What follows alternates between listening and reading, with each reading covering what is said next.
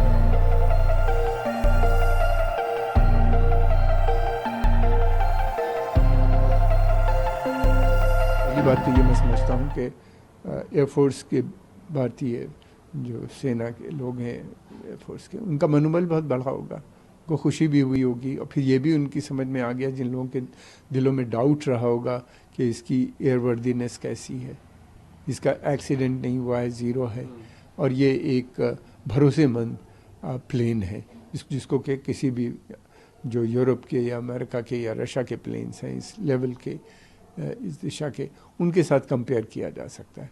दूसरी बात ये कि उनके सफ़र करने से जो कंट्रीज़ इच्छुक हैं इसको ख़रीदने के लिए, उनके दिलों में भी अगर कोई डाउट रहा होगा तो मैं समझता हूँ कि वो भी पूरा हो जाएगा।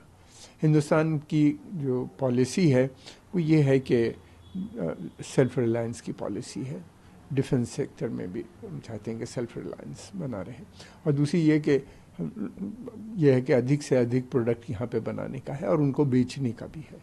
उनके बेचने से ये होगा कि फिर हमारा जो डिफेंस के ऊपर खर्चा है, एक्सपेंडिचर है, वो आने वाले समय में मैं समझता हूँ कि कम होता चला जाएगा। जैसे जैसे हमारी ब्रह्मोस मिसाइल हैं, हमारे इस तरह के बहुत से आइटम्स हैं जिनका इंटरनेशनल मार्केट बढ़ रहा है, लोग रुचि ले रहे हैं उनको ख़रीदने में।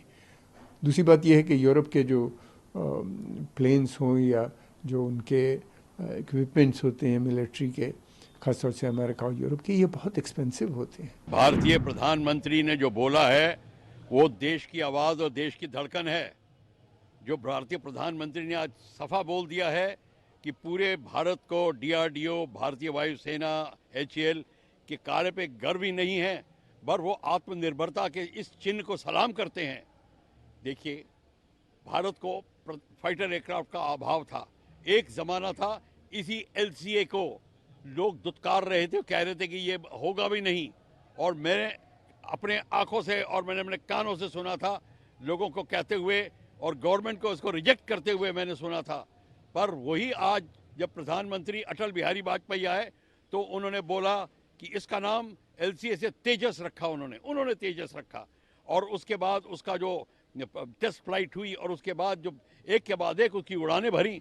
अब हमारे 2-3 स्क्वाड्रन तेजस के बन रहे हैं, मार्क 1, मार्क 1A, तेजस मार्क 2 बन रहा है, और यही ट्रेनर एयरक्राफ्ट जो है, ये जो ट्रेनर एयरक्राफ्ट है, इसको बनाने की बात ये है कि इसके बाद भारत को पीछे नहीं देखना पड़ेगा। सारी दुनिया की नज़रें इसके ऊपर हैं कि जब एक फाइटर एयरक्राफ्ट और उसके साथ उसका ट्रेनर एयरक्राफ्ट बनाते हैं तो इसका मतलब है कि आपने उसकी पूरी टेक्नोलॉजी को काबू में कर लिया है। और अब दुनिया के देश हमारे तेजस को मांग रहे हैं।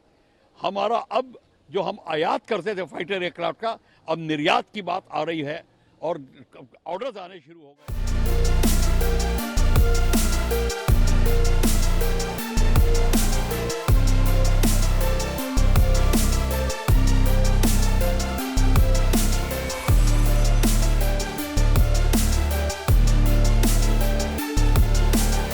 Prime Minister's sortie in Tejas is exceptionally important from the Indian point of view as well as from the international point of view.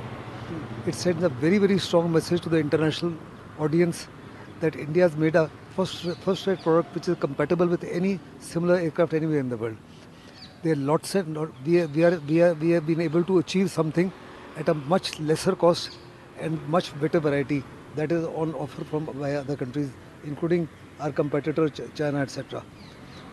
Many friendly countries have already approached the government of India for manufacture of this aircraft.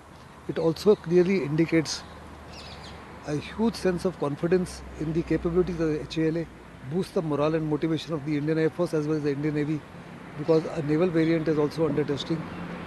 This is going to replace two MiG-21 squadrons that are in existence, which were inducted in the Indian Air Force in 1963 by 2025. And the Indian Air Force has ordered 93 more such aircraft. Recently, the same aircraft stunned the audience during the air show in Dubai.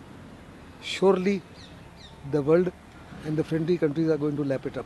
As far as the domestic audience is concerned, there are very many opposition parties which doubt the capability of indigenous manufacture in Atmanirbhar Bharat. It sends a very strong message that the Prime Minister of India itself has found this aircraft to be extremely potent, compatible with the best in the world, and at a price which is far cheaper than any other variant that is available in the whole world.